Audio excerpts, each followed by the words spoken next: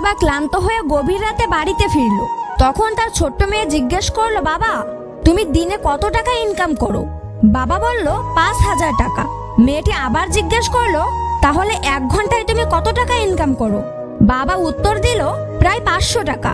মেয়েটি তখন বলল, বাবা তুমি কি আমাকে 100 টাকা দিতে পারবে? কথাটা শুনে বাবা রেগে গিয়ে বলল, তোমার টাকার কি দরকার, যাও গিয়ে ঘুমিয়ে পড়ো। মেয়েটি কষ্ট ভরা মনে নিজের ঘরে চলে গেল। কিছুক্ষণ পর বাবার মনটা কিছুটা নরম হলো। মেয়ের হাতে 100 টাকা দিয়ে বলল, এই নাও তোমার 100 টাকা। কিন্তু মা, 100 টাকার জন্য তুমি কেন এত জেদ করছিলে?